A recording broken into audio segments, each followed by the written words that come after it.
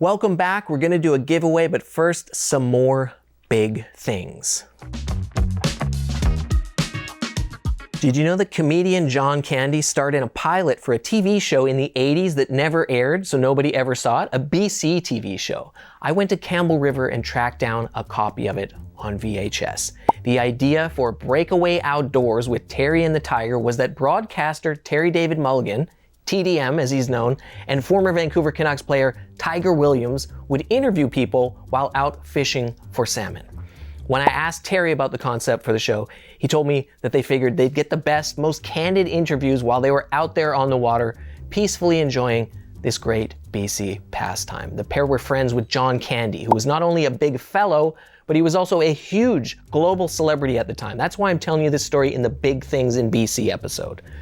So somehow they convinced him to fly out to Campbell River on Vancouver Island and be the premier guest on the pilot for their fishing interview show. There's also been stories about VHS copies of this pilot floating around for years, but I could never find one in the past. Terry claimed that his was buried in storage every time I asked him about it, and I asked him about it a lot. I think he just liked the mystery of it being out there somewhere, something nobody would ever see. But eventually I found out that the owner of the resort they filmed it at had a copy, so I went over there and I met with him, watched it, dubbed a copy for myself. And in the years that have passed, someone uploaded it to YouTube. You think that it's me. It was absolutely not me, I promise you that. But you can look up the whole thing there. John Candy was hilarious in it, which is something you could just assume if you're a fan of his. He has some fantastic moments. He drops a ton of funny lines, and he's truly just a joy to watch.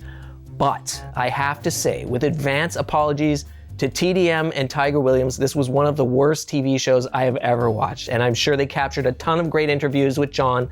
A story could have been weaved together. It would have made a great premise to continue a series, but the storyline, the editing, they were a fever dream. Hard to follow.